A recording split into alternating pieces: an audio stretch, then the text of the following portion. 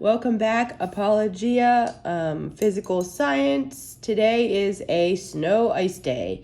So we are doing experiment 7.2, Newton's first law at home. All right. What is Newton's first law? Newton's first law states that if a body is at rest or moving at a constant speed in a straight line, it will remain at rest or keep moving in a straight line at constant speed unless it is acted upon by a force. All right, so what's the purpose of Lab 7.2? To observe Newton's first law of motion. The question is, how can Newton's laws be observed? All right, so let's go ahead and take a look at our material list here. We have a coin. Nickels work best. We have our coin. 3-inch by 5-inch index card. We have that, perfect. A small beaker or glass, there we go. We have a raw egg and a hard-boiled egg. They are in the kitchen. We'll bring them up in a little, or maybe we'll do that part of the experiment in the kitchen. An aluminum pie pan. I do not have one. I had hoped to make it to the store, but with the ice and the snow, that isn't gonna happen. So we're gonna substitute that with a paper plate, almost like a bowl. I think that should work okay. A pair of scissors, we got that. A marble, perfect, we have that. Eye protection such as goggles or safety glasses, we're good to go. All right, so let's go ahead and look at the background information.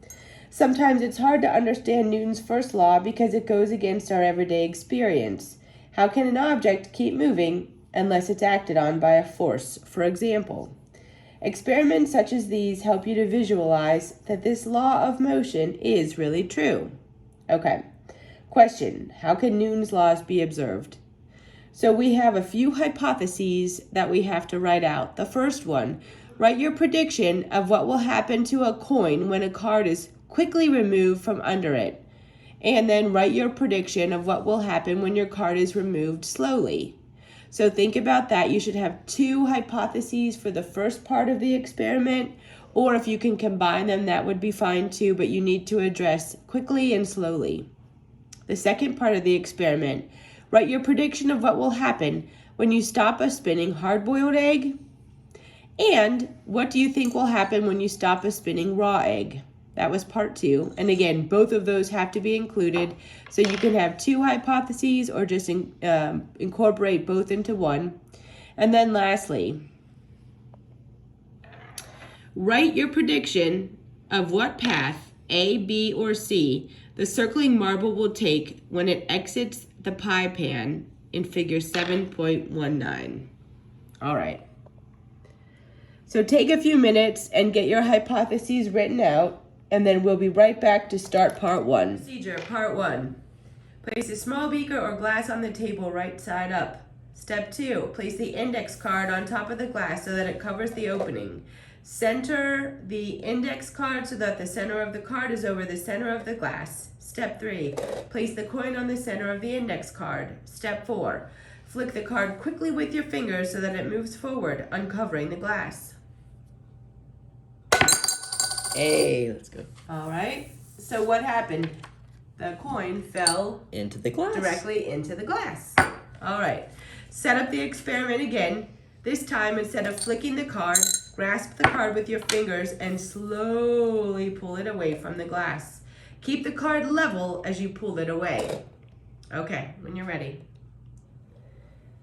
The nickel did not fall into the glass. All right, part 1, conclusions. What happened in your experiment? If everything worked well, you should have seen the coin fall directly into the glass when you flicked the index card away. But when you pulled the card away slowly, the coin should have traveled with the index card and not fallen into the glass. When you flicked the card, you applied a force to the card, but since you did not flick the coin, no force was applied to it. Since no force was applied to the coin, it remained motionless. Once the card moved out of the way, the force of gravity acted on the coin and it fell into the glass. What happened when you pulled the card slowly? The coin traveled with the card. Why? Well, static friction kept the coin on top of the card. The force you applied to the card when you slowly pulled it was not enough to overcome the static friction between the card and the coin, allowing the coin to stay at rest. So the coin moved with the card. In other words, you did not apply a force to the coin. Friction did. You see, the coin had a certain amount of inertia sitting at rest. In order to overcome this inertia and get the coin moving, a strong enough force would have to be applied over a long enough time interval. When you flicked the index card, friction was not allowed to work long enough to overcome the coin's inertia, so the coin did not move with the card. When you pulled on the card, however, friction was allowed to work long enough to overcome the coin's inertia, and the coin moved with the card. All right, part 2. Place the hard-boiled egg on the table. Jimmy, which one's hard-boiled? This one. Okay. Place the hard-boiled egg on the table. Make sure it is on its side and not on an end. It's on its side. Perfect. All right, let me get above it a little bit. Spin the egg and watch how it spins. Okay. Be sure it spins on its side. Record your observations. Perfect. Now do the same thing with the raw egg. Carefully. As a different, motion. It spins a little differently. Record your observations. All right. Here, side-by-side comparison. Hard-boiled, raw. All right. Now, spin the hard-boiled egg again. Hard-boiled. Hard-boiled, all right. Spin the hard-boiled egg again. Once it is spinning, reach down and stop it for an instant. Okay, it stops. Wow. Do the same thing with the raw egg. Keeps going. Even after it stops, it keeps going. Okay, wonder why. So let's talk about that. What happened with the eggs? You should have noticed a difference in the way the egg spun. This is explained because the raw egg has liquid inside, whereas the hard-boiled egg does not. But why did the hard-boiled egg stop when you stopped it and the raw egg starts spinning again? Well, it has to do with inertia. Since the raw egg was filled with liquid, both the liquid inside and the solid outside were in motion, spinning, so they had a certain amount of inertia.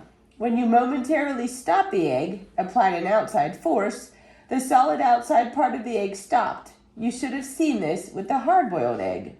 But since you only stopped the eggs for a minute, it wasn't long enough to overcome the inertia of the liquid part inside the raw egg. Thus, the liquid continued to spin. All right, part 3. Write your prediction of what path, A, B, or C, the circling marble will take when it exits the pie pan.